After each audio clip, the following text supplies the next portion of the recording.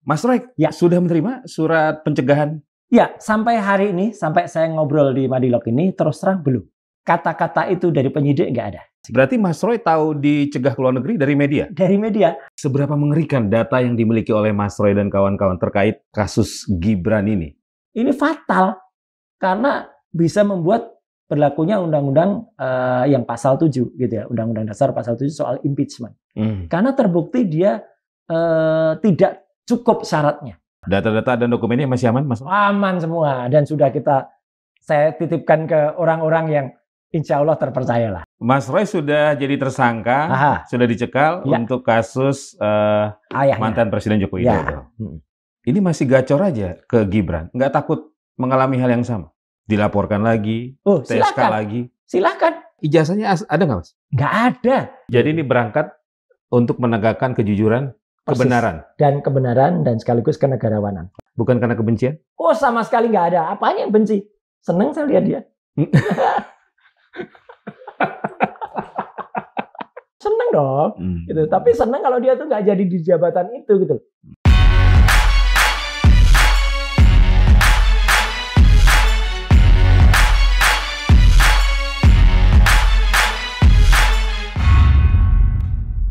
Assalamualaikum warahmatullahi wabarakatuh. Sobat Madilog, setelah ditetapkan sebagai tersangka dalam kasus tudingan ijazah palsu mantan Presiden Joko Widodo, Roy Suryo dan kawan-kawan dicekal ke luar negeri.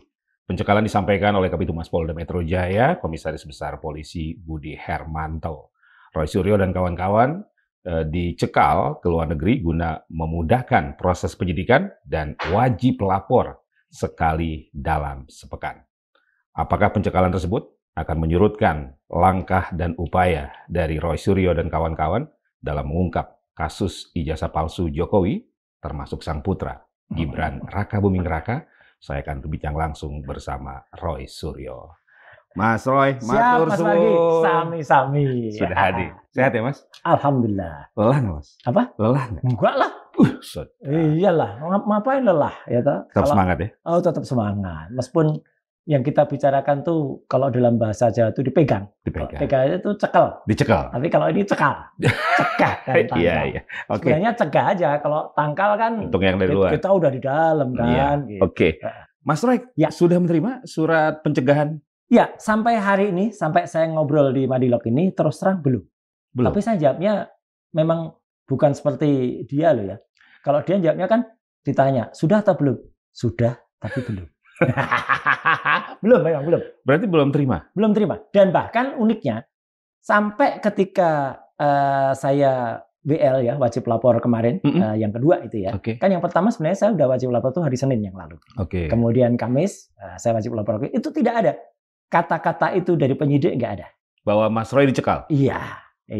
Padahal kan seharusnya menurut aturan yang ada ya, Undang-Undang Nomor 6 tahun 2011 tentang keimigrasian, kemudian peraturan pemerintah nomor 31 ya kalau nggak salah tahun 2013, semua tentang pencegahan itu wajib diinformasikan kepada orang yang disampaikan. Yang dicegah? Yang dicegah atau yang ditangkal. Sehingga kalau misalnya kita sudah berniat mau ke luar gitu, tidak kemudian begitu di pintu keberangkatan, kemudian kita tiba-tiba ditolak. Harusnya hak-hak publik itu diinformasikan. Berarti Mas Roy tahu dicegah ke luar negeri dari media? Dari media. Dari kemarin ketika Pak Kombes Budi itu ya itu menyampaikan dalam konferensi pers bahwa saya atau kami ya, sebenarnya kami berdelapan itu dilakukan pencegahan untuk kemudian tidak ke luar negeri. Oke. Ya. Mas Roy, saya baca surat pencegahan itu yang pertama berlaku 20 hari.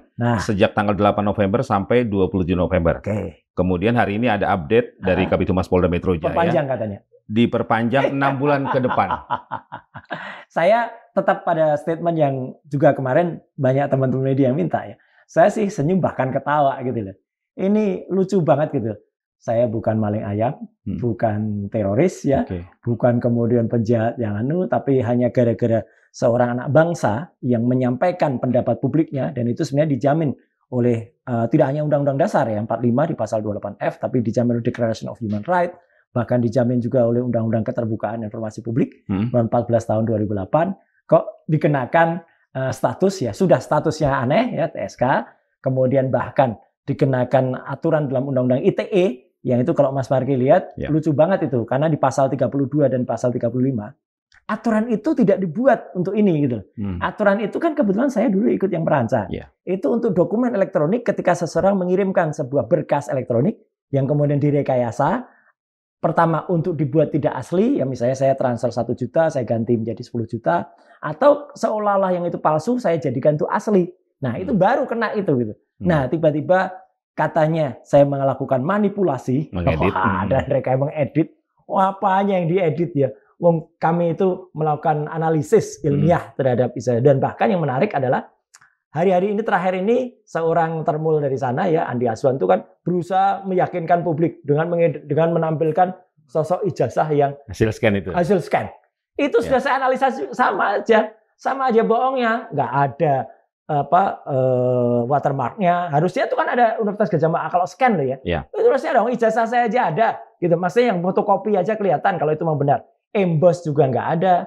Kemudian pas foto itu juga berada di atas cap. Bahkan sudah saya cek pakai luminance and gradients. Itu jelas betul pas fotonya di atas cap. Dia berusaha terus berkuar-kuar menyampaikan lutas. Tapi saya sudah analisis itu juga. Artinya gini.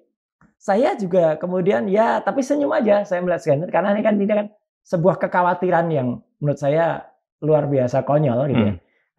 Ketika seminggu sebelum kami semua ditetapkan TSK itu kan sebenarnya saya kan melakukan tambahan penelitian yang itu agak menggemparkan gitu karena saya pulang dari Sydney waktu itu dari Australia dan membawa bukti yang tidak terbantahkan soal anaknya. Dan itu jelas bahwa anaknya tidak pernah lulus SMA, kurang 1 tahun ya, dan surat pernyataan dari Kementerian Dikdasmen itu juga ternyata bisa dikategorikan untuk aspal karena tidak pernah terjadi kayak gitu. Sampai saya jemput Mas Margi itu adalah keajaiban dunia ke-9. Kenapa ke-9? Karena yang ke-8 itu ijazah ayahnya gitu. Itu ke-9. Karena Sesdirjen dari Kemendikdasmen pun mengatakan kalau itu dia baru lihat itu pertama kali satu-satunya gitu loh yang pernah dikeluarkan. Karena kurang, rapotnya harusnya 3 tahun itu cuma 2 tahun. Surat dari lembaga yang waktu itu menyetara yang katanya dia ikut kursus ya UTS Insert itu ternyata juga salah penyebutannya, harusnya adalah year 12. Itu disebut sebagai grade 12, itu nggak pernah ada nomenklatur itu dan lain sebagainya. Jadi kembali ke soal cekal, ya saya senyum aja karena mungkin mereka khawatir saya melakukan lagi ketika saya ke Singapura, ya kan gitu. Tapi kan bisa aja nanti yang ke Singapura orang lain kan juga bisa, nggak ada soal. Oke, baik. Tapi apakah memang Pak Mas Roy ini punya rencana kabur ke luar negeri seperti para koruptor yang melarikan diri ke luar negeri juga? Sangat jauh panggang dari api ya, sangat jauh itu. Nggak ada. Kalau memang rencana kabur atau melarikan diri, ya sudah kemarin saya misalnya ke Australia, ya udah saya nggak pulang aja. Saya tuh dapat visa 3 tahun loh di Australia, iya kan? Gitu. Dan ketika saya berangkat itu kan memang sudah ada ditakut-takuti oleh para termul itu. Wah nanti ditangkap di bandara gitu karena udah dalam status terlapor gini-gini. Enggak, nyatanya juga saya mulus-mulus saja, enak aja bahkan dibantu oleh teman-teman Forum Diaspora Indonesia di sana, sambutannya hangat, meriah banget. Saya pulang pun juga, waduh dibantu lancar dan saya cukup, kalau saya kan orangnya kan yes or no. Kalau iya ya saya lakukan, kalau enggak. Begitu saya dapat semua buktinya, 3 hari, udah saya pulang. Jadi menurut Mas Roy tidak ada alasan yang kuat bahwa Mas Roy akan melarikan diri, pergi ke luar negeri lagi? Enggak ada lah. Ya mungkin kemarin yang ditakutkan Mas Margi dan seluruh pemirsa Madilog, saya akan mendapatkan data lagi karena data yang saya dapat itu kan kemarin kan prime evidence tuh. Satu surat keterangan dari UTS sejenis ijazah ya. Yang itu ijazah itu ada pada teman-temannya yang tahun 2005-2006. Tahun dia katanya ada di sana. Keterangan dari Profesor Zil, ya, Profesor Z Adnan itu adalah seorang profesor yang sudah mengajar di Australia selama 17 tahun. Guru di UTS Insert, seorang teacher. Ya, meskipun bentuknya nggak kayak gitu. Bentuknya kayak artis gladiator gitu ya. Tapi ya di dalam tadinya pakai jas, tapi karena keluar nyantai ya dia pakai kaos yang menyatakan kalau UTS Insert tuh ngapain aja di situ dan apakah ijazahnya bisa berlaku internasional atau enggak. Nah, mungkin kekhawatirannya saya akan mendapatkan data-data seperti itu ketika misalnya saya datang ke kampus yang sebenarnya sih nggak perlu datangi Mas. Kampus itu kan hanya ranking ke-46 dari 55. Bisa dibayangin kan? Artinya kampus itu tuh ada 9 terbawah lah di Singapura gitu ya. Dan data itu bisa didapat tanpa Mas Roy harus ke sana kan? Oh, bisa. Dan meskipun ini kan anehnya gini. Jadi mereka sudah mendapatkan keterangan dari kampus itu, kampus S1. Tapi kan lucunya, ini kayaknya memang keajaiban dunia. Mana ada seorang yang bisa masuk perguruan tinggi tanpa SMA? Ya hanya dia. Karena apa? Karena SMA-nya nggak lulus, ya gitu, nggak ada keterangan itu. Tiba-tiba dapat keterangan. Ya kita tahu masuk ke kampus yang katanya udah memang kuno itu di Singapura yang tahun 58 atau 55 itu berdiri. Ya itu asal punya duit aja orang masuk kok. Gitu loh. Jadi sebenarnya sih, ya kalau saya sih dengan tegas saya bilang kalau A, saya bilang A sekali lagi. Kalau kampus itu bobrok, ya saya bilang bobrok. Jadi Mas Roy sebenarnya yang dikhawatirkan, ini pergerakan Mas Roy untuk kasus ijazah sang ayah atau ijazah sang anak? Anaknya kayaknya. Kalau ayahnya sebenarnya sudah selesai, Mas. Dengan sudah terbit buku Jokowi White Paper, yang kami susun bertiga, saya, Dr. Resmond, dan Dr. Tifa. Itu sebenarnya all clear. Sudah selesai. Dan sebenarnya kalau sekarang malah ada data-data yang sangat baru dari teman-teman yang pernah juga diundang di Madilog ya, gitu. Kayak Pak Dr. Bonatua, terus kemarin barusan Pak Lukas Warso, nanti mungkin kalau Dr. Leoni Lydia diundang di Madilog, mereka akan bisa cerita bahwa mereka itu sebenarnya bukan merupakan bagian dari saya, tapi unsur elemen masyarakat yang lain, seperti Dr. Leoni Lydia, itu kan seorang pengajar lulusan ITB, sekarang mengajar di Unpas, Universitas Pasundan. Pak Lukas Warso, itu adalah wartawan senior, dulu pendiri AJI, Aliansi Jurnalis Independen, dan kemudian mereka mendapatkan data-data yang sangat bagus kemarin dari KIP, ya, Komisi Informasi Pusat. Kalau misalnya apa? Ternyata KPUD Surakarta itu sudah memusnahkan arsip. Kemudian Polda Metro Jaya ternyata yang disita tuh ijazah sarjana muda, ya, sama yudisium sarjana muda. Kemudian tidak ada kesesuaian antara KPU pusat dan KPU daerah. Nah, data-data itu kan malah saling menguatkan penelitian yang kami lakukan dalam buku itu. Jadi sebenarnya untuk ayahnya itu done, sudah selesai. Udahlah, kalau itu kemudian diterima oleh masyarakat, ya alhamdulillah. Kalaupun tidak, menurut saya Mas Margi, harusnya buku dijawab dengan buku. Data ilmiah jawab dengan data ilmiah. Bukan data ilmiah dijawab dengan penjarakan, rompi oranye, kayak gitu. Status tersangka dan pencegahan menurut Mas Roy itu bagian dari upaya untuk mempersempit ruang gerak Mas Roy dan kawan-kawan terkait dengan kasus ijazah Gibran. Pasti begitu, ya, ijazah Gibran atau ijazah ayahnya. Pasti begitu, karena kan dengan begitu kan saya seolah-olah menjadi terbatas untuk kemana-mana. Tapi kan kemarin pernyataan dari Kombes Budi kan juga, oh boleh mau ke Cirebon silahkan. Karena bukan tahanan kota. Bukan tahanan kota, itu penting loh ya. Jangan dikira pulang ke Jogja masih boleh. Ya, iya, jangan dianggap saya tahanan kota terus nanti begitu kelihatan di luar kota nggak boleh. Gitu. Ya nggak boleh kan ke luar negeri, gitu ya. Nah kalau luar negerinya datanya udah cukup, ngapain lagi gitu. Makanya saya senyum saja, apalagi saya barusan mendengar ini dari Mas Margi kalau ada perpanjangan, ya gitu. Ya nggak apa-apa. Saya kan suka-suka aja sana. Saya juga santai-santai aja. Jadi data untuk kasus ijazah Gibran sudah selesai dan itu berapa persen, Mas? Waduh, itu sebenarnya sudah 95% lah, hampir 99%. Cuman kan kita kan mesti susun lagi dalam sebuah buku namanya Black Paper. Gibran Black Paper. Kalau ayahnya kan White Paper. Nah, ini Black Paper dan itu lengkap mulai dari misalnya dia dulu soal Fufafa ya, yang itu jelas tuh 99,9% asli dia ya, itu nggak terbantahkan lagi akun Kaskus Fufafa itu, sampai ke kelakuannya, sampai juga ketika dia follow akun judi online dan itu diamini oleh Sekretariat Wapres. Kan lucu banget, akun resmi ya seorang yang menjabat pejabat nomor 2 negara memfollow akun judi online dan kemudian diiyakan oleh Sekretariat Wapres, tapi kemudian cukup dengan jawaban sudah kami unfollow. Mas Roy, seberapa mengerikan data yang dimiliki oleh Mas Roy dan kawan-kawan terkait kasus Gibran ini? Ya, kalau ayahnya mungkin yang kami ungkap kemarin kan mungkin tidak berpengaruh apa-apa karena sudah selesai kan gitu. Hanya mungkin nanti akan berpengaruh terhadap kredibilitas dia. Atau kalau misalnya perkara dia kemudian bayar mahal kemudian untuk bisa, ya katanya sih dengar-dengar untuk bisa menjadi apalah di Bloomberg atau apa di luar negeri ya. Bloomberg kan juga kita tahu milik siapa, ya kan, dan nggak gengsi amat lah itulah. Kalau orang punya duit aja bisa gitu ya. Nah, kalau ini kan dia lagi menjabat, sehingga menurut beberapa pakar hukum tata negara, bahkan menurut seorang atau nggak hanya seorang ya, tiga orang profesor yang sekarang lagi menduduki jabatan tinggi ya gitu di Republik ini, ya, ada yang di Komisi Sekian, ada di Dewan ada di angka. Ini fatal karena bisa membuat berlakunya undang-undang yang pasal 7 gitu ya, Undang-Undang Dasar pasal 7 soal impeachment. Karena terbukti dia tidak cukup syaratnya. Gitu. Dan bahkan tidak hanya itu. Ketika kemudian dia tidak lulus SMA sebenarnya, itu kan membatalkan surat penyetaraan yang dulu pernah saya tampilkan juga di sini dari Kementerian Dikdasmen.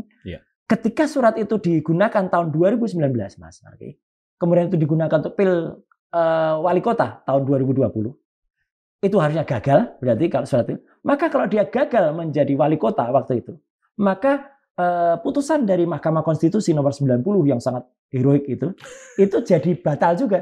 Kenapa? Karena tidak hanya soal umur waktu itu. Tapi umur jabatan boleh kurang, tapi pernah menjabat. Lah kalau kepala daerah. Kepala daerah. Lah kalau kepala daerahnya ternyata cacat, harusnya tidak jadi kepala daerah. Berarti batal juga semuanya dari awal. Selain ijazah, apalagi yang fatal dari Gibran? Dari data Mas Roy? Kalau dari saya sih memang bukan hanya soal ijazah sebenarnya, tapi urutan pendidikannya. Di dalam data di Kementerian Sekretariat Negara, dulu pernah saya paparkan, ya itu kan dia urutannya tuh sengaja dibuat kusut supaya orang mengira oh ini ada lulusan S1, ada S2. Ya, karena dia awalnya tuh katanya lulus SMP Negeri 1 di Surakarta, kemudian masuk yang namanya Orchard Park Secondary School yang ada di Singapura. Tapi kan lucunya gini, Orchard Park Secondary School dituliskan di situ SMA. Padahal pengakuan dari Sesdirjen Dikdasmen ya, Pak Eko Sutanto waktu itu mengatakan dia ngulang lagi. Jadi dia lulus kelas 9 kalau di SMP. Dia di sana nggak langsung masuk kelas 10. Harus turun lagi kelas 9. Jadi dia hanya menyelesaikan kelas 9 and kelas 10. Kemudian tiba-tiba dia ngakalin. Dengan seolah-olah dia lari ke Australia. Masuk ke UTS. Padahal UTS-nya tuh hanya 6 bulan. Padahal harusnya 9 bulan. Atau kalau masuk college atau akademik itu dia setidaknya setahun. Tiba-tiba keluar surat kelas 12. Ya, grade 12. Padahal ini salah istilahnya. Harusnya year 12. Nah, ini kelas 10 kok ini kelas 12. Kelas 11-nya mana? Nggak ada. Karena memang ada, jadi urutannya salah. Bahkan pernah dimuat di situs LKBN Antara. Padahal ini resmi loh ya, yang jaraknya hanya beberapa ratus meter dari sini. Itu clear banget ditulis dulu bahkan S1-nya UTS, S1-nya MDIS, S2-nya UTS. Lah kan kebalik malah. UTS-nya itu malah pre-university atau matrikulasi atau pathway, kenapa ditulis S2? Gitu. Jadi riwayat pendidikan yang ada di KPU amburadul, yang ada di Setnek amburadul, tambah yang ada di Antara itu juga amburadul. Jadi bukan hanya soal ijazahnya, riwayat pendidikannya aja sudah bermasalah. Itu masuk kategori apa, Mas? Itu masuk kategori tidak memenuhi syarat. Enggak, yang dilakukan oleh Gibran itu masuk? Ya, kalau itu terserah nanti pengamat hukum ya. Tapi kalau pakar hukum mengatakan itu udah pelanggaran, artinya ada penipuan, gitulah. Atau misalnya ya setidak-tidaknya itu tidak memenuhi syarat karena harusnya dia lulus tapi tidak lulus. Berarti kan nggak memenuhi syarat. Meskipun uniknya, Mas Bari, dulu juga pernah dibicarakan di Madilog bahwa ternyata KPU itu udah menyiapkan, kalau saya sebut itu pemufakatan jahat, sudah menyiapkan jaringnya dengan keputusan KPU. Jaring pengaman. Iya. Putusan KPU nomor 19 tahun 2023 di pasal 18 ayat 3-nya menyatakan bagi capres dan cawapres yang tidak memiliki ijazah SMA diperbolehkan asal punya ijazah S1. Ini kan dagelan Sri Mulat gitu. Hanya capres dan cawapres yang dikecualikan dan kemudian eksplisit disebut itu tidak memiliki ijazah SMA luar negeri tapi memiliki ijazah perguruan tinggi.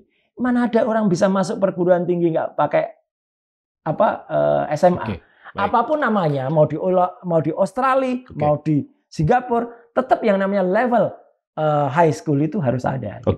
Dan data serta temuan terkait dengan kasus Gibran ini semuanya juga dilakukan secara saintifik. Sangat saintifik karena saya datang itu melakukan penelitian langsung ya. Jadi saya mendapatkan primary evidence. Kemudian saya ketemu dengan teman-teman yang diaspora Indonesia yang ada di Sydney waktu itu.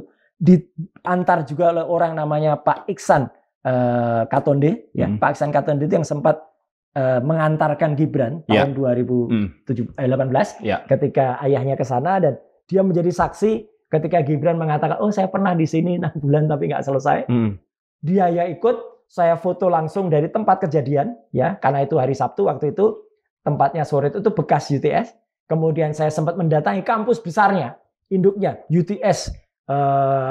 UTS-nya, University of Sydney. Kemudian hari Seninnya saya datang ke UTS Insearch-nya, ketemu dengan staf admisinya, meskipun tidak boleh direkam, tapi semua tercatat. Kemudian ketemu dengan seorang teacher ya, kemudian kami ajak ngobrol di luar, nah itu dapat banyak data, brosur-brosur juga kami dapat, data-data bahkan contoh ijazah UTS yang dari teman-teman angkatan tahun 2005-2006, artinya saat kalau itu disebut Gibran dapat kami ketemu dengan sekelompok mahasiswa. Jadi data-data pendukungnya valid ya, Mas? Sangat valid. Sangat valid. Gitu. Itulah yang mungkin menurut saya, Mas Margi, yang semakin buat panik karena begitu saya pulang saya gelar data itu, nah timbullah surat tersangka waktu itu. Baik. Data-data dan dokumennya masih aman, Mas? Aman semua dan sudah saya titipkan ke orang-orang yang insya Allah terpercayalah. Oke. Pernah juga saya tampilkan di sini. Oke. Ya. Di buku Gibran Black Paper, selain tadi soal ijazah, riwayat pendidikan, kemudian soal FUFAPA, apa lagi? Ya, ini kan ini mini resensi nanti ya gitu. Ya. Jadi awalnya memang soal dia sejarahnya di masa lalu. Ya gitu. Artinya ketika dulu dia mendirikan warung Markobar namanya, Martabak Kota Barat. Itu kita ulas semua. Bahwa di Markobar itu dulu ada lukisan orang nyebutnya Dajjal. Ya, mata satu, Cyclops itu. Wah, dia sempat berkilah waktu itu. Oh, ini kan ada trilogi pemilik, tapi setelah diprotes oleh Forum Umat Islam waktu itu, akhirnya itu diturunkan.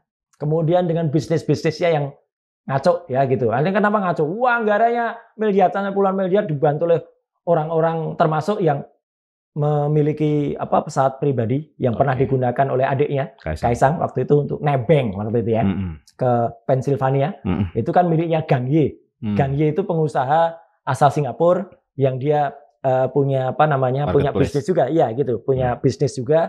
Ada dan lucunya kan itu kan juga di Indonesia waktu itu diresmikan presiden. Ini kan perusahaan swasta, PMA kok bisa diresmikan presiden, itu kan juga. Diresmikan presiden atau diresmikan bapaknya? Bapaknya. Maksudnya bapaknya ya kan, bapaknya selaku presiden waktu itu ya kan. Oh, kalimat Mas Margi ini aja, lucu-lucuan aja ini ya. Oke.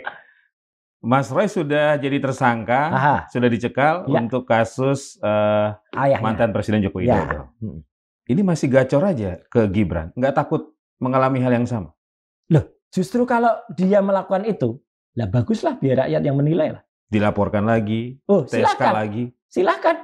Kalau memang ada indikasi apa yang saya sampaikan itu kebohongan atau itu tidak sesuai fakta. Semua sesuai fakta, semua apa adanya.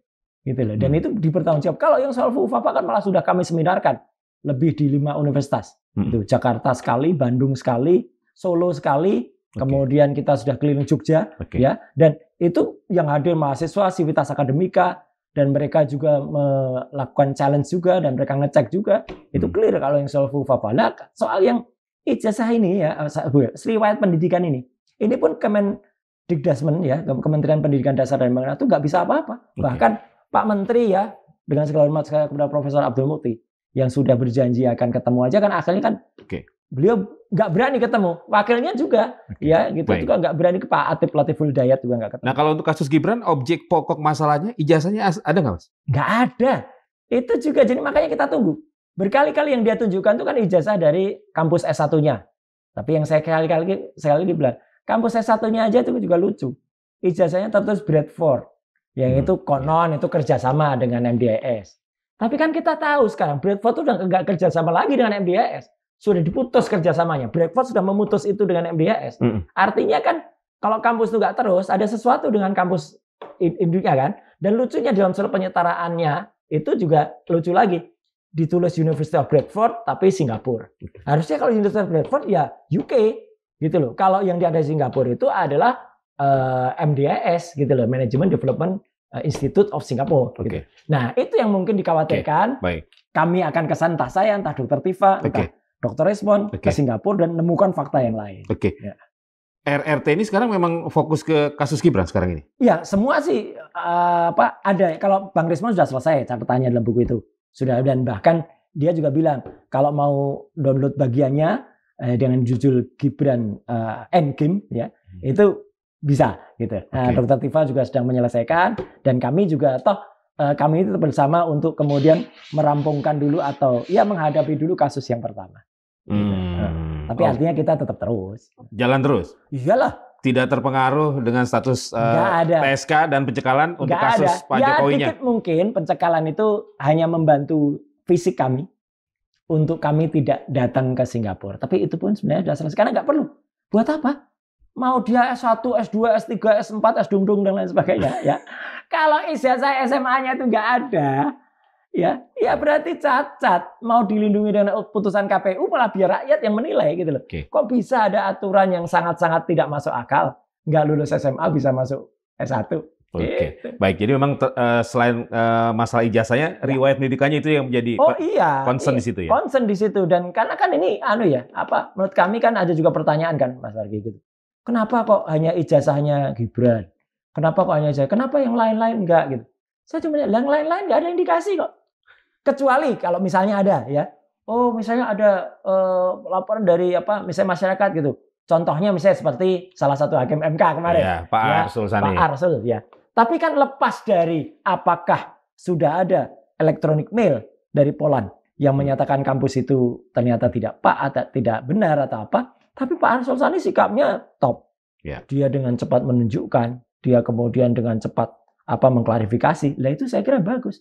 Itu sikap yang menurut saya bagus untuk seorang negarawan. Perkara ternyata bahwa apa yang dia dapatkan itu ternyata mungkin di University of Polandnya itu kemudian tidak benar. Ya menurut saya sikap dari Pak Arsul ini sudah benar. Ya, gitu. Oke. Buku Gibran Black Paper ini kapan akan diterbitkan? Ya, insya Allah sih dalam waktu dekat ya, mungkin 2 atau 3 minggu lagi, gitu ya. Dan karena kan kami masih merapikan tata letak, kami masih merapikan urutannya gitu, karena supaya tidak hanya tampilnya kayak clipping. Tapi memang bukan clipping, ini fakta kok cerita-ceritanya. Oke. Jadi isinya lebih kepada data, dokumen, riset. Kajian tentang riwayat kehidupan lah, mungkin dengan riwayat pendidikan, karena ada bisnis. Disertai dengan data-data pendukung. Semua ada data pendukung, ada fotonya, ada linknya, ada juga kalau ada YouTube-nya, bahkan pada versi yang digital itu kalau ada linknya diklik jalan dia. Termasuk ada kesaksian juga dari beberapa orang. Kalau kesaksian kami agak menghindari itu, karena kan kesaksian itu kan bisa di setel. Ya, tapi kalau misalnya itu adalah bukan kesaksian tipe, tapi misalnya temuan di Sydney. Kalau temuan di Sydney ya, misalnya apa yang disampaikan oleh Pak Katende ya, kemudian Pak Iksan, kemudian ada keterangan dari beberapa diaspora Indonesia yang ada di Sydney, kemudian juga keterangan dari Profesor Z Adnan, ya profesor yang sudah 17 tahun ada di sana. Kemudian keterangan dari misalnya ada kan di Sydney itu ada komunitas Indonesia ya, ada pemilik kantin dan lain sebagainya. Nah itu iya, karena itu memperkuat fakta yang ada dan kalian tidak melebihkan, tidak menguatkan. Tapi intinya gini, Mas. Jangan lihat kalau seolah-olah kami itu concern kepada satu keluarga. Meskipun ya keluarga ini kok ya like father, like son gitu ya. Dan bahkan mungkin kalau yang lain-lain, Mas. Nah, ini saya tunjukkan aja. Wah, buka lagi. Buka topengmu. Nah, kalau ini buka bajumu gitu ya. Nah, kalau misalnya ada kayak gini, ini nyetak di Pramuka, Mas, bukan? Nah, bukan. Ini saya dapat dari teman-teman. Nah, misalnya dilakukan dinasti ini. Nanti misalnya kalau ini sih belum pejabat publik ya, baru ketua partai. Tapi yang ini kan juga pejabat publik. Jadi kan kita tunggu tuh kasus yang sekarang lagi disidangkan juga kan di KPK. KPK. Kalau ternyata dia juga harus ikut tanggung jawab, ya kita ikut mendorong juga. Tapi yang jelas kami bukan konsep kebetulan keluarga ini bermasalah gitu loh. Kalau keluarga yang lain, keluarga presiden yang lain bermasalah juga kita akan teriak. Mereka ini memang menjadi target Mas Roy dan kawan-kawan? Sebenarnya tidak target. Kebetulan aja mentargetkan diri aja mereka. Loh iya kan? Sekarang gini Mas Nargi, yang bersama dulu. Kalau mereka lurus-lurus saja. Misalnya ya Gibran itu misalnya dia tahu ijazahnya bermasalah misalnya. Kalau dia ambil penyetaraan, dia ambil paket C. Seperti banyak anggota DPR yang lainnya pendidikan luar negeri, mungkin lolos sudah, nggak akan bermasalah karena secara hukum paket C dan aturan dalam sistem pendidikan kita diakui. Kalau yang ini kan nggak diakui, gitu loh. Jadi kalau nggak diakui, kenapa dia tidak kemudian menyesuaikan dengan aturan, tapi malah mencoba mensiasati, ngakali dengan kemudian hanya kelas 12 mau dapat dari UTS Insert yang itu hanya kursus atau itu matrikulasi, gitu. Mas Roy. Data-data temuan dan dokumen terkait yang dilakukan oleh Mas Roy menyangkut kasus Gibran ini sudah sampai di mana saja? Kalau saya sih ya itu tadi sudah sampai 95%. Enggak, maksud saya ke pihak-pihak mana saja yang belum, sudah mengetahui dan sudah merespon. Kalau itu memang belum ya, karena gini, karena saya hanya sempat ceritakan di dalam berbagai podcast. Oke. Tapi memang nanti akan jadi bukti ketika ada pelaporan dari Forum FPP TNI, Forum Purnawirawan Prajurit TNI yang sekarang juga sedang membuat laporan ya ke apa. Tapi kan ya terus terang Mas, di era sekarang ini kan ya kita tahu lah banyak laporan tentang mereka yang pada institusi yang resmi kan berusaha betul dipatahkan. Perdata di Solo, perdata di Jakarta itu kan ya dengan segala cara dibikin NO ya kan gitu supaya nggak maju. Kemudian kasus yang lain di stop. Laporannya Dr. Resmond di Jogja tidak jalan-jalan. Sementara laporan TPUA di Barreskrim dihentikan. Sementara laporan dari mereka gercep kan. Itu udah naik malah cekalnya ditambah 6 bulan gitu kan, ya lucu aja gitu. Tadi Mas Roy menyinggung bahwa ini potensi impeachment-nya cukup besar ya, Mas Roy ya? Iya. Iya, betul. Itu belum disampaikan ke Mas Roy kepada mereka-mereka yang punya kewenangan atau kekuasaan? Sebenarnya itu saya kalau itu namanya saya punya intensi. Saya punya punya niat gitu ya. Jangan. Saya kan memang tidak punya niat buruk. Niat saya benar-benar untuk ilmiah, untuk ilmu pengetahuan. Jadi kalau memang hasil riset saya itu bermanfaat, ya monggo dipakai. Tapi kalau memang kurang bermanfaat, ya tolong dikoreksi yang mana. Tapi jelas, saya sejak awal, bapaknya pun, Mas, saya tidak punya intensi untuk kemudian, wah ini harus dipenjarakan bapaknya. Enggak. Yang punya intensi itu kan para termul, yang sejak awal tuh, rompi orange, penjarakan, tahan. Ketika kemarin malah bikin demo di depan Polda, demo bayaran yang videonya banyak beredar itu lucu banget itu. Para termul yang cuman sekian ekor itu. Ya kan gitu. Kemudian mereka nari-nari di atas mokom yang katanya janjinya mau buka baju. Itu nggak ada, semua itu bohong semua itu. Jadi Mas Roy tidak akan mendorong buku Gibran Black Paper ini untuk ke arah impeachment? Nggak perlu. Buku ini adalah karya ilmiah. Buku ini biarkan berjalan sesuai dengan adanya. Kalau ada pihak yang akan memanfaatkan buku ini, silahkan. Tapi kalau saya punya niat untuk kemudian mendorong ini kepada impeachment, itu namanya saya punya niat. Enggak, kami itu tetap peneliti. Kami itu tetap researchers yang bergerak sesuai dengan ilmu pengetahuan dan tidak ada unsur politiknya. Kalau ada unsur politiknya, Mas, saya mungkin akan quote and quote safari ke partai-partai politik.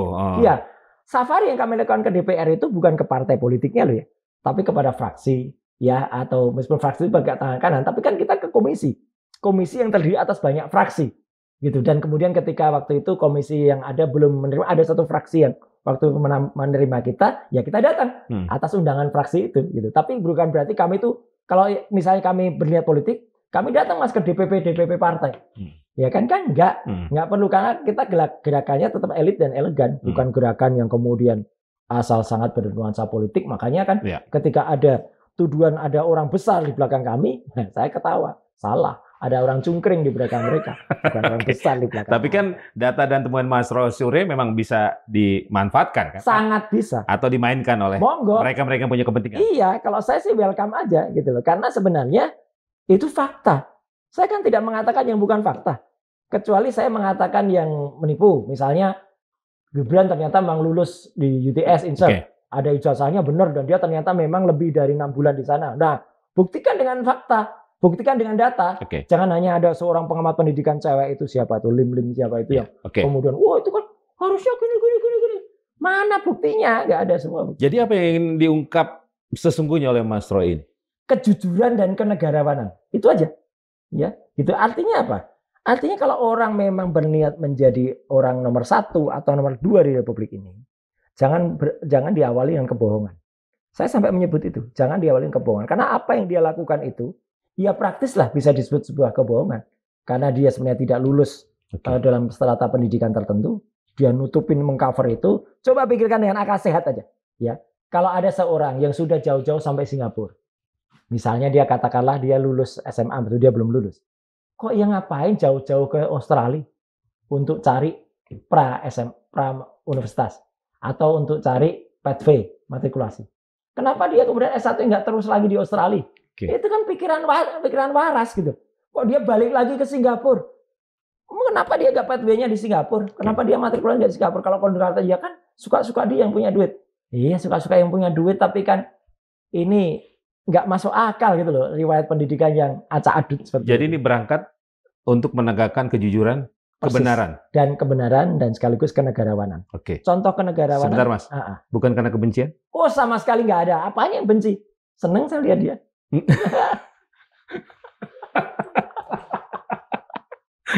Mas Roy Suryo, ketawanya bisa kita persepsikan macam-macam ini. Loh, iya kan? Coba, masa kita nggak seneng lihat kelakuannya? Seneng dong. Gitu. Tapi seneng kalau dia tuh nggak jadi di jabatan itu gitu. Ya kan lucu aja gitu. Tiap hari kerjanya bagi-bagi skincare, ya, meriksa tas sekolah anak gitu. Kemudian ke pos ronda. Ngapain gitu loh. Itu bukan tugas Wapres gitu. Terus kemarin ketika peringatan 97 tahun Sumpah Pemuda, saya sangat sangat mencatat itu karena ya mantan orang nomor 1 di Kementerian Pemuda. Kok malah kegiatan yang dipilih itu malah hanya lomba mancing. Ya oke. Mas Roy, menurut Mas Roy, Gibran akan melakukan hal yang sama seperti sang ayah atau bisa jadi berbeda? Mungkin dianya enggak, tapi kelompok termulnya, ya tergibnya, bukan termul lah, tergib ini. Tergibnya akan melakukan itu. Kan dulu juga pernah ketika kasus saya membongkar kepalsuannya dia dalam debat Capres dulu. Yang soal itu headset itu. Karena kan gini Mas, kalau kasus Pak Jokowi kan sudah memakan korban kan? Ya, Bambang Tri dan Gus Nur. Ya. Kemudian sekarang Mas Roy dan kawan-kawan sudah TSK. Ya. Kasus Gibran apakah akan memakai pola yang sama atau bagaimana? Saya kok melihatnya kecenderungan ke situ ada. Karena sudah ada relawan-relawan ya gitu dan itu sudah dimulai dengan pembuatan hoax atau tayangan-tayangan sangat tidak bermutu di YouTube.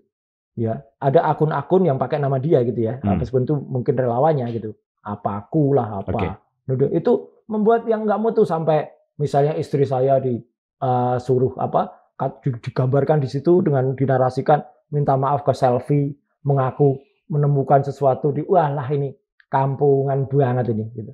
Benar caranya kampungan. Oke. Apa yang harus dilakukan Gibran untuk menjawab temuan dan data Mas Roy Suryo ini? Ya, mungkin lebih baik mengikuti saran dari Pak Subhan Palal yang menggugat dia. Mundur. Iya. Tidak ada cara lain? Nggak ada cara lain. Dia jelas-jelas sudah kacau pendidikannya kok.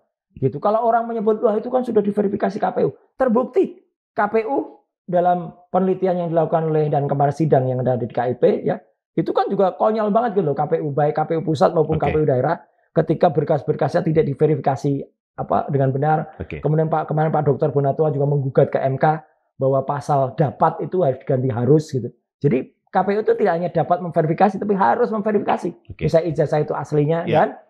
Dia kalau misalnya mau misalnya Mas, kalau kita bicara politik dikit. Dia misalnya berkeinginan maju tahun 2029, ya nggak apa-apa. Mundur dulu sekarang. Selesaikan saran baik saya ya. Selesaikan atau ambil paket C. Ya, sehingga resmi dia bisa disahkan ijazah atau dia punya ijazah SMA, udah bisa lagi nanti masuk lagi dipakai sah.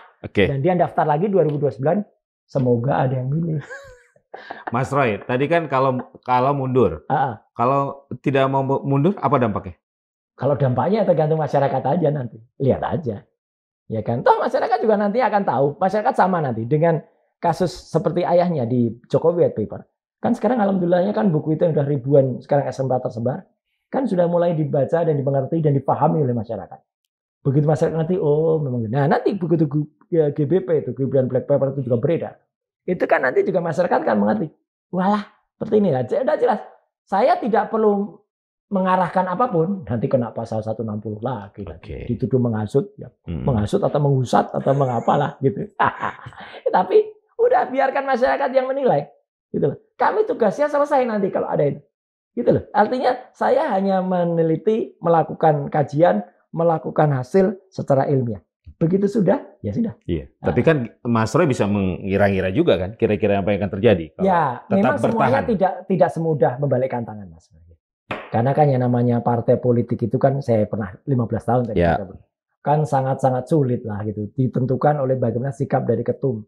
Para ketum ini ada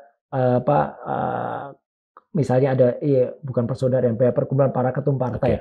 Kan tergantung dari mereka gitu. Kalau mereka go, ya go. Kalau mereka not go, ya not go. Tergantung juga dengan presiden ya. Tapi kan juga sekarang kita kan juga sering mendengar. Dulu juga pernah Bu Koni Rakanduni ini juga wawancara di Iya, sini, oke. mengatakan bahaya-bahayanya. Kemudian Pak Kolonel Sri Rajasa juga Ya, oke. saya dengar analisisnya di sini. Bahkan ya banyaklah Prof. Mahfud kemarin barusan juga meskipun dari sisi yang lain. Tapi artinya kan Republik ini kan memang tidak baik-baik saja. Oke. Dan kita perlu concern untuk menyelamatkan ini. Dan kalau ada orang bilang, oh itu mengganggu, enggak lah. Coba pikir dengan waras, pikir dengan politik ya. Kalau kita tidak berteriak, kita tidak speak up, ya, maka mungkin Indonesia akan gelap. Oke. Dari dua opsi tadi, mundur atau bertahan, Mas Roy melihat Gibran lebih akan mengambil yang mana? Ya, dia pasti akan mendengarkan terberan, dia mungkin akan tetap bertahan. Mungkin bagi dia. Tapi belum tentu bagi masyarakat. Nah, ya kita tunggu aja gitu ya. Gitu. Ya, karena kan Republik ini kan nggak boleh hanya tergantung pada dinasti ini. Gitu. Oke. Baik, Mas Dinasti Roy. ini sudah jelas tidak baik untuk Republik ini. Proses hukum kan sudah berjalan. Ya. Kemarin ada usulan restoratif justice. Ya, atau mediasi. Atau mediasi. Ya. Mas Roy bagaimana merespon? Gini, bagus ya. Menurut saya gini. Kami sangat menghormati dan mengapresiasi dan berterima kasih kepada Prof. Jimli, Prof. Mahfud, dan beberapa pihak ya yang mendorong itu. Tapi kami juga tidak bisa memutuskan sendiri tanpa konsultasi dengan kuasa hukum. Jadi sekarang dalam proses, biarkan kami melakukan pembicaraan internal sebaiknya apa yang dilakukan. Karena tawaran dari luar ini menurut saya baik. Itu bukti bahwa kasus ini bukan hanya kasus antara pribadi Roy Suryo, Tiva Husya, Respon, dan 5 yang lain. Tapi kasus yang sudah melibatkan seluruh masyarakat dan mungkin dipandang akan bisa berakibat bagi Republik ini. Nah menurut saya, ya udah, ayo kita cari titik temunya yang terbaik untuk Republik ini. Semata-mata untuk Republik ini. Kalau dari kami mungkin call-nya ya udah selesai aja udah. Misalnya buku ini kami anggap selesai. Misalnya terus dari sana nggak nuntut. Ya udah. Tapi tidak boleh ada yang kemudian ada yang minta maaf dan sebagainya. Nggak perlu. Jokowi juga nggak perlu minta maaf kok. Kan mediasi harus sepakat dulu dua belah pihak, Mas. Makanya kita lihat nanti istilahnya call-nya apa? Ya, call-nya dari kedua pihak apa? Tapi kalau kami tetap di standing point ya bahwa apa penelitian kami ya ini. Gitu loh. Kalau kemudian kami misalnya dalam mediasi, diminta untuk nanti tidak mengulik lebih lanjut gini. Tergantung tidak uliknya apa. Kalau diskusi tentang buku ini, tentu masih akan bisa. Tapi kalau kemudian menambah buku ini, ya udahlah. Ngapain mau ditambahin? Sudah selesai. Kalau mediasi, apakah bisa membuat case ini jadi gantung, Mas? Mungkin bukan gantung, tapi ya selesai. Ibaratnya ada emergency. Enggak bagi Mas Roy Suryo dan kawan-kawan? Enggak, kan kami sudah selesai. Kesimpulan kan tidak berubah bagi kami. Clear betul bahwa 99,9% itu palsu. Skripsinya sudah kita periksa, primary evidence-nya, ijazahnya kalau iya mana? Bukti ijazah fisiknya. Ayo kita periksa bersama. Scan yang kemudian sekarang diedarkan oleh Andi Aswan itu pun sudah saya periksa dengan ELA, dengan luminance gradient dan itu sama juga palsunya. Jadi ya nggak ada soal. Kalau bagi publik gantung nggak, Mas? Bagi publik mungkin bisa, sudahlah silahkan publik juga yang menilai. Toh juga misalnya ada hasil dari drone emprit misalnya. Yang lebih dari 80% itu percaya kepada kami. Nah, meskipun ada survei lain ya kita hormati lah. Namanya juga mungkin survei, Mas. Lah kalau survei ya udah hasilnya kayak gitulah. Mas, kemarin saya melihat pernyataan Bang Hosinuddin ya. Yang menyatakan bahwa kalau mediasi, kalau damai itu sama saja dengan deklarasi pengkhianatan. Nah, itu kan dari kuasa hukum. Ya. Itu memang dari para tersangka seperti itu atau gimana? Gini, yang namanya juga pendapat masyarakat, pendapat orang di antara kami kan kami sangat menghormati. Jadi artinya ya kita hormati pendapat kuasa hukum kita gitu ya. Dan kemudian nanti akan kita rumuskan apa kesimpulan yang terbaik. Karena Bang Ahmad Kossonudin kan sebagai koordinator untuk non litigasinya. Nah, koordinator litigasinya kan Pak Petrus ya kan. Kemudian ketua timnya kan Pak Samad.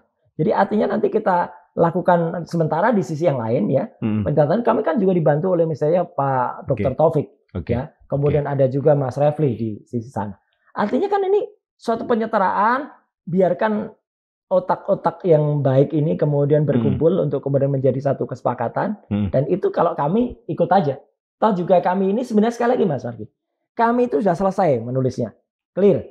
Udah. Dan kalau ada tambahan-tambahan ilmu dari atau tambahan fakta dari teman-teman kayak Dr. Leoni, Pak Lukas, kemudian juga di Pak Dr. Bonatua, dari yang lain-lain, termasuk misalnya nanti ada ahli-ahli lain yang kemudian ikut membantu. Nah itu bagus gitu. Ada profesor lain, Profesor Tono Laksono, Profesor Henry, kemudian dari Prof. Kamarudin Hidayat misalnya juga mana-mana.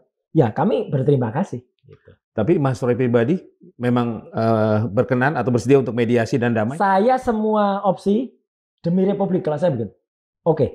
Artinya nggak ada soal, gitu loh. Mau tetap terus, dimediasi dengan sangat baik pun, Yang penting apa? Negara ini sudah tahu mana level kejujuran yang dulu disebut-sebut pemimpinnya. Negara ini publik sudah bisa menilai sampai mana level kenegarawanan atau kedewasaan mantan pemimpinnya.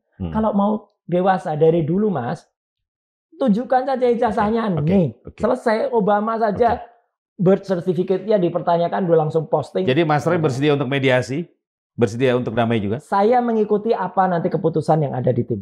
Enggak, secara pribadi? Secara pribadi dua-duanya Mau tetap fight, mau mediasi. Termasuk juga untuk kasus Gibran kalau nanti berlanjut?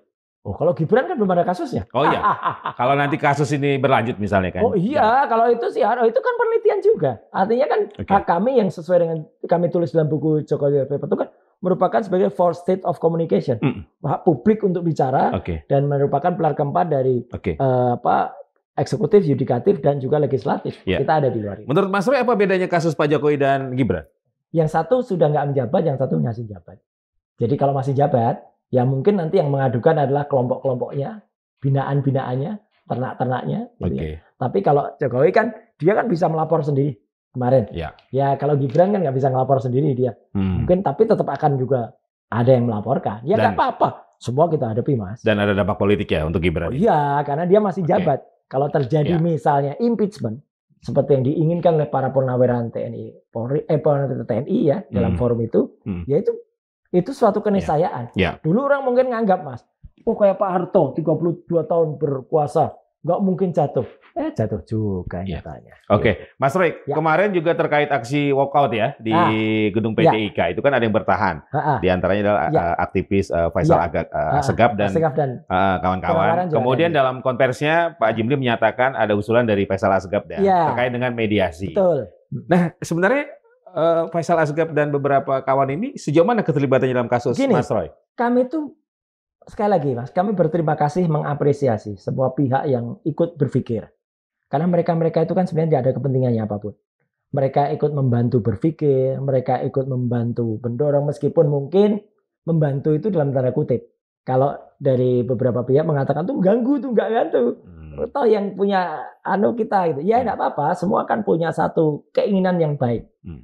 Saya harus tetap terbuka dengan semua opsi keinginan yang baik. Baik oleh kuasa hukum kami dengan sikapnya yang tegas, atau oleh teman-teman di luar dengan sikapnya yang merangkul. Kan ini bagus, Mas. Yang satu mau merangkul, ya kayak mobil kan. Mobil itu kan ada gasnya, ada remnya. Gitu loh. Jadi nggak mungkin hanya gas saja tanpa rem. Nggak mungkin rem saja tanpa gas. Nah udah.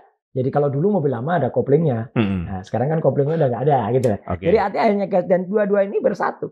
Teman tetap ya. Jadi ketika kejadian di di PT IKA waktu itu ya, ketika di BIM memang awalnya kan pertemuan itu digagas oleh ada yang diundang tuh Mas Refli dan juga Faisal juga ikut mendengar.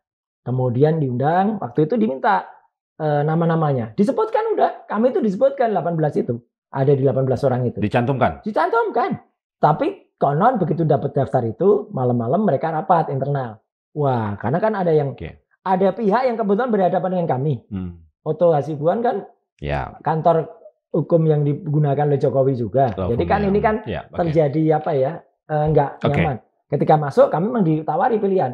Mau tetap di dalam, tapi hanya duduk diam di belakang. Tanpa hak bicara? Tanpa bicara. Lah ya kami lebih memilih untuk keluar saja. Mas Roy melihat bagaimana? Ada yang walk out, ada yang bertahan? Enggak apa-apa. Toh juga mereka kan tidak semuanya juga. Kalau memang satu perahu, satu nakoda kan harusnya sama-sama, Mas. Gini. Kan yang masuk itu kan unsurnya juga ada berbagai kepentingan kan. Oh, tidak hanya kasus ijazah. Iya, tidak hanya kasus kami. Kan ada forum purnawirawan. Ya kan, jadi artinya kan forum purnawirawan ya tetap di dalam ada Pak Laksamana Mur yang saya lihat. Ada juga jenderal yang lain. Termasuk Faisal Assegaf. Nah, termasuk Faisal Assegaf. Dari kelompok ada juga Mbak Mary. Ada juga Pak Kolonel Nursam yang ikut ke dalam. Ada mantan Hakim Agung Pak Dwi. Ya. Jadi nggak apa-apa, beliau-beliau kan mengemukakan usul-usulannya untuk Polri. Saya kira baik gitu. Dan itu kan tadinya mau bergabung, kita dalam satu gabungan, terus kami yang kemudian memilih untuk di luar. Ya udah, kami memilih WO aja, nggak apa-apa lah. Toh juga akhirnya Mas, setelah itu kan Prof. Jimli kan juga ketemu kita, gitu dalam forum yang lain. Dan beliau juga menyampaikan saran-sarannya, mendengarkan langsung ya semua, bahkan menerima langsung masukan-masukan dari kita, termasuk analisis-analisis itu yang biar dilakukan. Mas Roy masih punya harapan untuk Prof. Jimli, Prof. Mahfud dan kawan-kawan di Komisi Percepatan Reformasi Polri? Gini, saya tetap sekali lagi ya, saya berterima kasih dan menyambut baik. Harapan dan tidak itu kan nanti orang kan boleh aja ya gitu, artinya biarkan publik nanti juga yang menilai bagaimana caranya. Saya sih posisinya ada di tengah. Kalau mau fight ya oke, kalau mau diselesaikan ya silahkan. Tapi intinya yang terbaik apa untuk Republik ini? Karena kami sudah selesai. Kami sudah menuliskan dengan tegas dalam 700-an lebih halaman. Jadi menurut kami itu sudah final, gitu. Meskipun mungkin bukan final and bundling, ya, tapi final. Kemudian ada tambah data-data lain kan, tapi kan kami nggak perlu memperbaiki buku itu. Sudah baik mau diperbaiki, ya kan? Atau nggak perlu merevisi, nggak ada. Dan kalaupun nanti misalnya ada, ya disebutkan ada RJ atau restoratif justice atau mediasi. Ya opsinya ya tidak ada, kemudian nanti buku itu harus cabut, nggak ada. Ini emangnya kembali ke zaman batu, buku harus cabut. Jadi tanpa syarat? Tanpa syarat ya. Sebenarnya ketika audiensi dengan Komisi Percepatan Reformasi Polri, support apa yang diharapkan? Karena bukan pembelaan tentunya ya. Betul. Support apa dari? Yang diharapkan ya perhatian beliau-beliau itu agar Polri lebih baik. Konteksnya mengawal ya Mas? Ya konteksnya mengawal dan juga mungkin memperbaiki atau menertibkan gitu. Kenapa? Karena kan ada yang dilakukan, misalnya tuduhan kepada kami melakukan editing dan rekayasa itu kan sama sekali nggak benar. Saya kasihan pada Pak Kapolda Metro, Pak Irjen Asep Edi. Dapat masukan dari mana gitu. Anak buahnya kok tiba-tiba, mungkin anak buahnya juga nggak salah. Mungkin dapat masukan dari ahli abal-abal. Kan mereka kan juga mengambil keterangan ahli-ahli yang abal-abal itu. Yang sama sekali nggak ngerti soal analog. Kemudian yang digital harus digital. Enggak. Kami punya ahli, misalnya kayak Prof. Tono Saksono, yang jelas betul mengerti dari awal, mempelajari dunia analog. Fotogrametri, yang kemudian juga ngobrol dengan Mas Margi kan waktu itu. Kemudian beliau juga paham masalah digital, dan bisa menjelaskan barang analog itu bisa diteliti juga secara digital. Lah kok ada ahli yang nggak ngerti, yang disebut ahli, malah kalau saya baca dalam BAP-nya itu, perasaan. Loh, orang teknologi kok pakai perasaan melanggar pasal 32 dan pasal 3. Gimana kok bisa perasaan? Pakai perasaan nanti pakai peranaan. Karena sudah menyinggung Prof. Tono, kemarin ada yang menarik dari Prof. Tono ya. Ketika kita tanya kenapa UGM tidak bergerak, Prof. Tono bilang sebenarnya di UGM banyak orang-orang seperti Mas Roy, Rismond dan sebagainya. Bahkan mantan rektor pun sebenarnya sudah bicara. Artinya ada dua kemungkinan. Pertama takut atau mereka percaya bahwa yang dilakukan oleh Rismond benar. Secara personal ada nggak kolega Mas Roy di alumni UGM? Banyak. Yang maksudnya memang dia percaya. Iya, di belakang layar gitu. Banyak. Bahkan sebenarnya di WA grup keagama ya di berbagai daerah. Itu supportnya luar biasa. Dulu memang awalnya kami itu dinyinyir atau kami itu ngapain sih Mas? Kok bikin tapi lama-lama seiring berjalan waktu mereka melihat fakta-fakta dan bukti-bukti yang ada. Banyak masanya kan satu itu betul Prof. Tono yang sempat diskusi di sini. Bahwa mungkin satu mereka ada keterkaitan atau ketergantungan. Jadi terbebani, tersandera. Seperti pimpinan UGM kan tersandera. Jadi kalau mau ngomong apa adanya juga pasti juga akan kena. Mas Roy, arus utama di keagama lebih pro kemana? Lebih pro kemana? Iya, kalau pengurus mungkin ya karena jabatan pengurus lah. Ya, PP Keagama kan mungkin ya kayak Pak Basuki dan kawan-kawan ya pastilah. Ataupun kalau ketemu kan saya bisa lihat dari sikapnya. Kita ketemu juga kita guyup ngobrol santai aja. Itu bahkan mungkin bisik-bisik mengatakan, "Jani bener Mas," gitu. Cuman ngerti lah gitu ya. Dan kan juga jelas ada mantan rektor, ada kemudian dulu ada juga profesor yang lain yang berbalik mendukung mereka, tapi kan akhirnya kan sekarang kan malah blunder sendiri. Gitu. Pak Jokowi ada di grup WA Keagama, Mas? Nggak ada. Nggak ada dia. Dia nggak pernah datang reuni resmi juga nggak ada. Di grup WA nggak ada? Nggak ada. Di Keagama? Nggak ada. Bahkan ketika tanggal 15 April, ketika kami datang ke UGM waktu itu, dan saya, Dr. Rismond, Dr. Tifa, ketemu dengan pihak rektorat.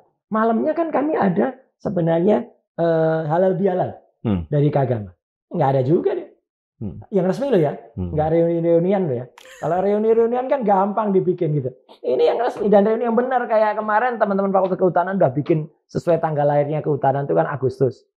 Kok tiba-tiba ada lagi Oktober nih. Aduh, saya melihat kampus saya ini kok jadi kayak gini gitu loh. Dan bukan hanya itu seperti yang kami tulis di buku. Sampai penghargaan terhadap seorang senior di UGM, Pak Asadi Siregar, Bang Adi. Penulis Cintaku di Kampus Biru aja seperti itu. Berniat memperingati usia 80 hanya gara-gara judulnya Kampus Biru Menolak Ayah. Ya. Padahal kan itu dua judul novelnya, Cintaku Kampus Biru dan Menolak Ayah. Ini digabungkan kok ada yang baper. Aduh. Ya. Mas Roy, secara pribadi pernah tidak merasa Mas Roy berada pada titik yang lelah?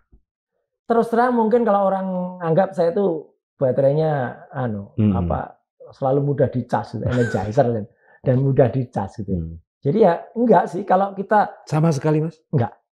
Kalau kita lagi harus membongkar sesuatu, ya adrenalinnya malah tumbuh gitu. Dan itu yang terus terang itu yang mungkin kami rasakan bertiga. Karena ini tantangan. Tantangan itu harus diteruskan, tantangan itu harus diwujudkan. Gitu loh. Dan karena apa? Kami berpegang ya insya Allah lah.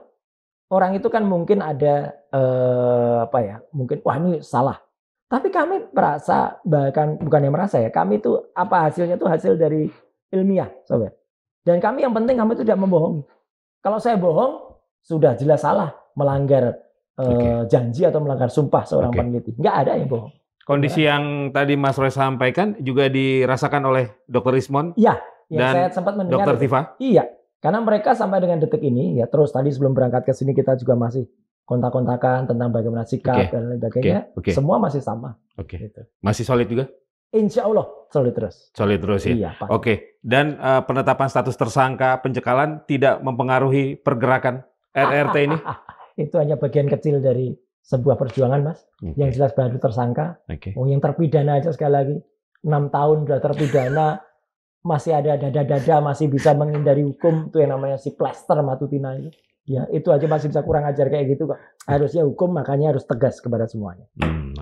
Baik. Mas Roy, matur suwun. Sami-sami, matur. Sobat Madilog, itu tadi perbincangan saya bersama Mas Roy Suryo terkait pencekalan terhadap dirinya dan tersangka lainnya dalam kasus tudingan ijazah palsu mantan Presiden Joko Widodo. Ada hal yang seru, ada hal yang baru tadi disampaikan, terutama terkait dengan rencana penerbitan buku Gibran Black Paper yang terkait dengan kejanggalan dan temuan dari Mas Roy dan kawan-kawan mengenai ijazah dan juga riwayat pendidikan dari Gibran Rakabuming Raka yang bisa memiliki dampak politik terhadap kedudukannya. Kita tunggu saja perkembangannya. Saya Margi Sari pamit. Wassalamualaikum warahmatullahi wabarakatuh. Waalaikumsalam warahmatullahi wabarakatuh. Matur suwun, Mas Roy. Matur suwun.